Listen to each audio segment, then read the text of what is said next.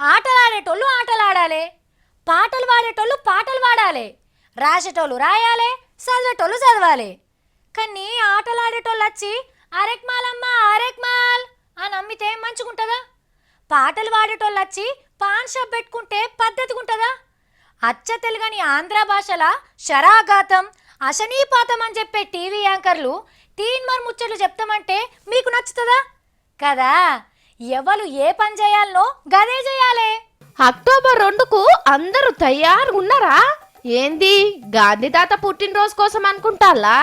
కాదుల్లా, అయాళ్ళ స్వచ్ఛ భారత్ కు ఏడాది పేరంటం చేయాలి.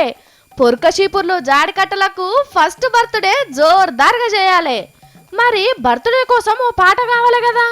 ఇగో మన సచిన్ సారు పాలు మిరియాలతోని కుత్కెన్ సాఫ్ చేసుకొని చక్కని పాట పాడిండు. కానీ పేరంటం నాడే పాట నినే భాగ్యం దొరకదు మనకు. ఇక చూడుండ్రి, ఆ దినం సార్ వాడిన పాటను యూట్యూబ్లోకి ఎక్కియంగానే ముల్క బొక్క దొరికినంత సంబరంతో ఎగవడి చూస్తారు, మస్తు లైకులు కొడతారు చాలా మంది.